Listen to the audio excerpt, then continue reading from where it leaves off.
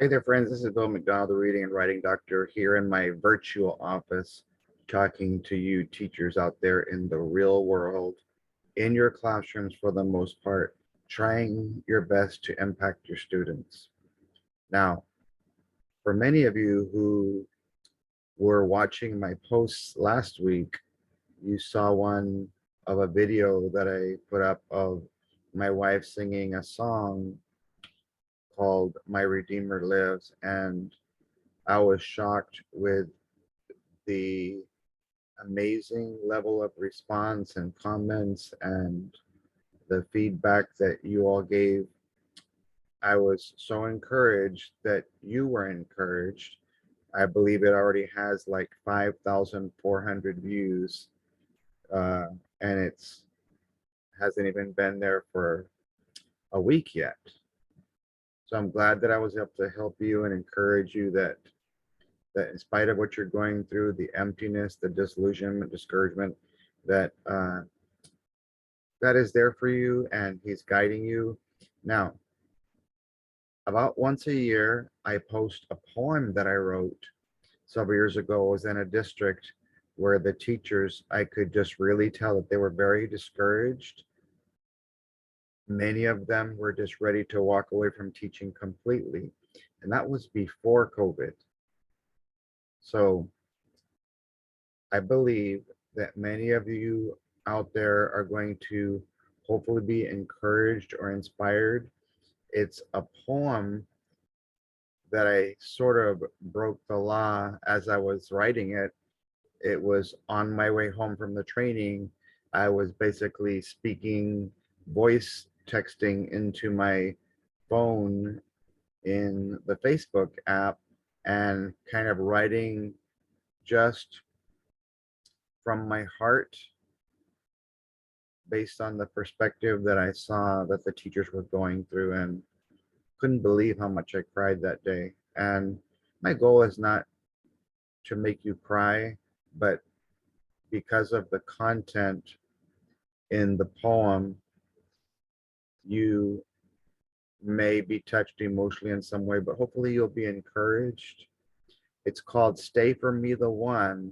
And after I wrote the poem, I went ahead and turned it into a reading passage with questions so that you can use it to kind of relate to your students and let them see what the world looks like walking in your shoes, how difficult it is. And maybe the parents can see that as well. And I would really encourage you, because it's, when you look at my palm here, it's very engaging, like my ring on my hand. Palm starts with a P, and one of the things that you have to do with a poem P is to look and see what purpose it is. And it wasn't just to entertain, it was to try and convince, it was persuasive. The title, I'm going to put a T above my head, helps me understand the topic. Everything in a passage, a poem, a selection ties together, like the laces on a shoe or the tie that you wear around your neck if you're a guy, and many girls wear one as well. It was written in first person from the perspective of a student who could see me pretending to be a student, who could see that his or her teacher was ready to just quit and walk away. And so I just want you to maybe just relax, sit down, stop what you're doing for a few minutes and listen to me and watch as I share my screen with the poem that I wrote, because maybe it wasn't just meant for those teachers. It's possible that it was meant for some of you out there, and there's like 2,000 or 3,000 of you that have joined just in during this school year, as we're transitioning to including writing and editing, revising constructed responses in all of our reading tests from 3rd through 8th grade, as well as continuing that in 9th and 10th grade, as well as adding the constructed responses, short responses that require your students to get 2 points by answering the question and giving textual evidence, and then 3 points that are a combination of organization, development, and conventions. Or if you think of it like the acronym DOC, every passage, every selection, every poem, every play, every informative has DOC in it, a specific development based on the purpose, and has an organizational structure, the O of DOC, and it has good modeling of conventions, the grammar that's in a, a selection. Now, a lot of times poems don't follow traditional rules for grammar, as in the poems that were given to your students in 3rd through 8th grade, but I did follow 2 specific things in my poem I wrote. I did try to my best to have correct capitalization, usage, punctuation, and spelling, as well as I made this poem where it actually rhymes throughout. So if you know of someone besides yourself that's going through a tough time, I'm actually writing a book and I'll share the video with you guys. It's called Defeating Discouragement, Disillusionment, and Depression. And it's just based on my personal experiences.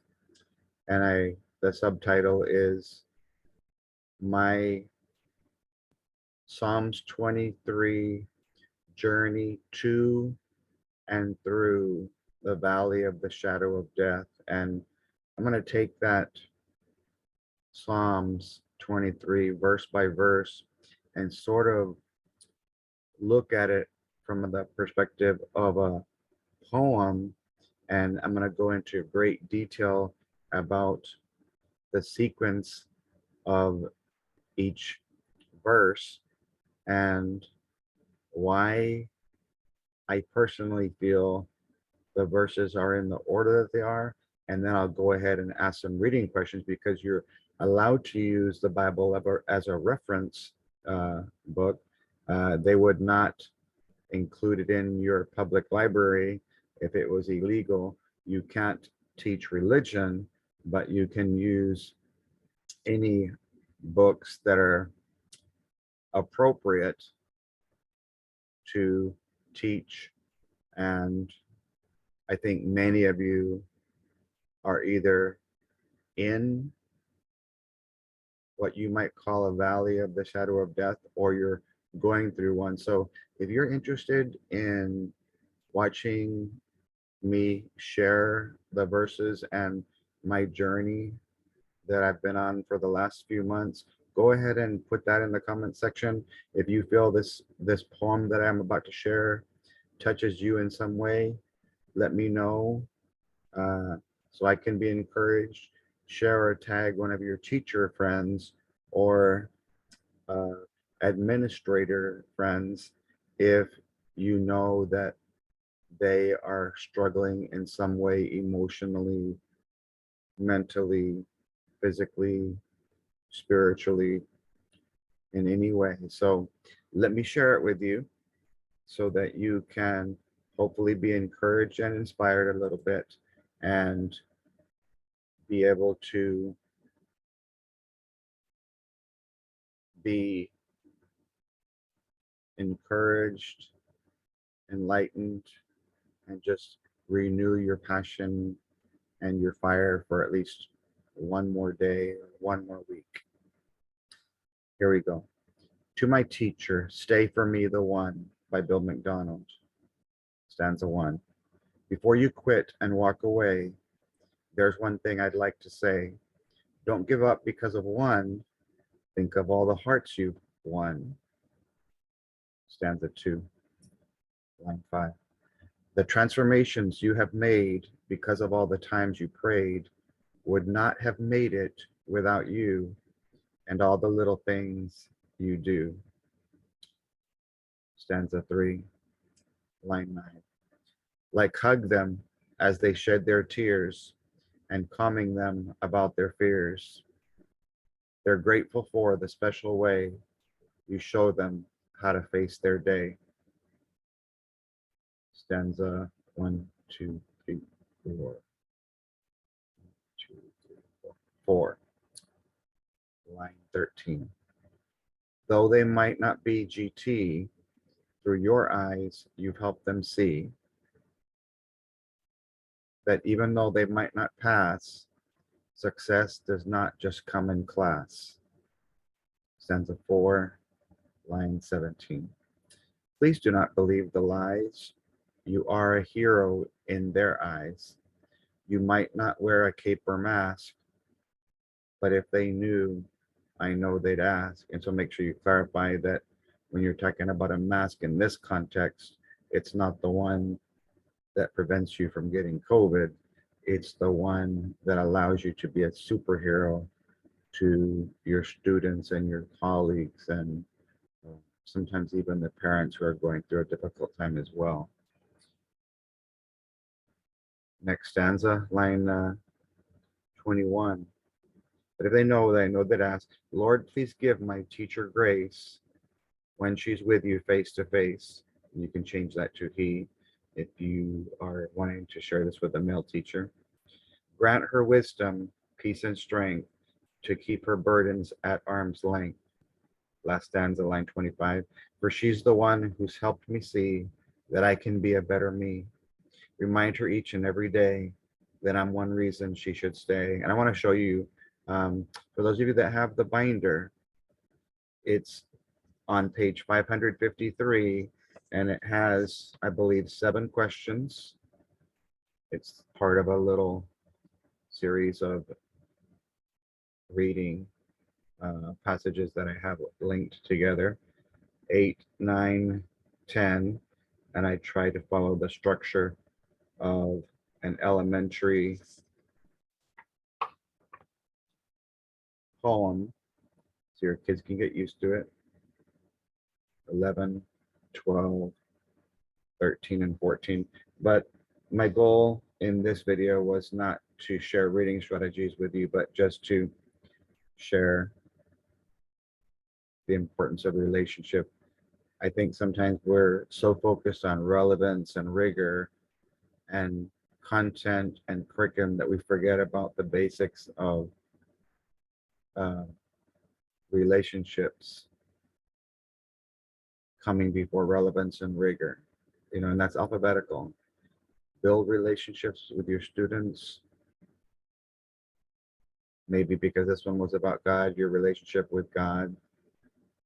And then on the side of character, we've got to get our students to walk in character traits that will allow them to appreciate themselves, first of all, you and their fellow students.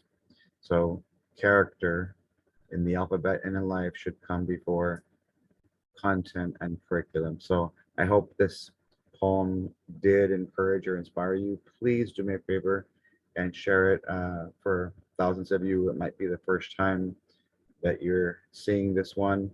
As I mentioned, it is in the binder, page 558, for the tons of you that already have the binder. Be blessed. Maybe make an extra copy of it and put it in a frame just to remind yourself that even if there's 10 reasons to leave your classroom, if you can find one reason to stay, that you'll do it, maybe because of even one student. Don't worry about the red tape, the stresses of COVID. Like sometimes we focus so much on the things that are painful and hard to deal with for us that we lose our joy and forget why we're doing all this in the first place. So I want to say that my prayers are with you. I encourage you. I bless you. I ask the Lord to walk with you, to talk with you, to just fill you with ideas and reminders of those positive moments that happen usually each and every day. But if you're going through a really tough time, just ask God to bring to your remembrance some of the difficult chapters that you've been going through, and then on the other side to also remind you of how he's brought you through those things, or some encouraging things that have happened, or things that have been said to you or about you in a positive way by other people. And so I just hope that you just are able to fill your love tank for teaching once again, and that you're restored, renewed, and refreshed. And I just want you to know that as a person of faith, my prayers are with you, and I will be asking the Lord to just bless you on these next several months as you go through this very difficult chapter of teaching under extremely